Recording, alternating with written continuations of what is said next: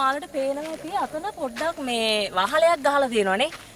මොනවද පොල්ලතු සෙවිලි කරන ලද වහලයක් ගහලා තියෙනවා. කට්ටිය හිතන්න පුළුවන් මේ කවුරු හරි මේ නව කැණීම් කරන කට්ටිය නැවතිලා ඉන්න තැනක් කියලා. නෑ පුතේ. එතන තියෙනවා සුවිශේෂීත්වයක්. ඔයාලා දැන් මේ පහු කරන්නේ. ශිලා ශුද්ධ ශිලා ජල උද්‍යානය තව චුට්ටක් එපිටට යන තැන.